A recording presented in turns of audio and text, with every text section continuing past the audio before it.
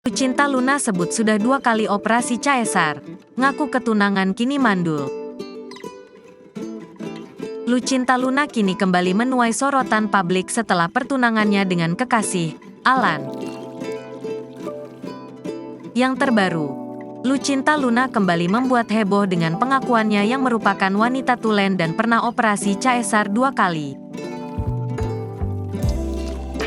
Hal ini diungkapkan Lucinta Luna saat hadir di dalam podcast Deddy Corbuzier baru-baru ini. Artis kontroversial ini mengatakan bahwa sebelumnya telah memiliki anak. Dan dirinya telah menyampaikan kepada tunangannya bahwa kini dirinya mandul. Aku sudah ngomong kok kalau aku mandul, aku sudah lihatin hasil cesaran aku 2 kali. Aku bilang, dulu aku punya anak. Tapi, ya enggak bisa karena sudah tak iniin lagi. Jadi, ya rahim aku udah diangkat.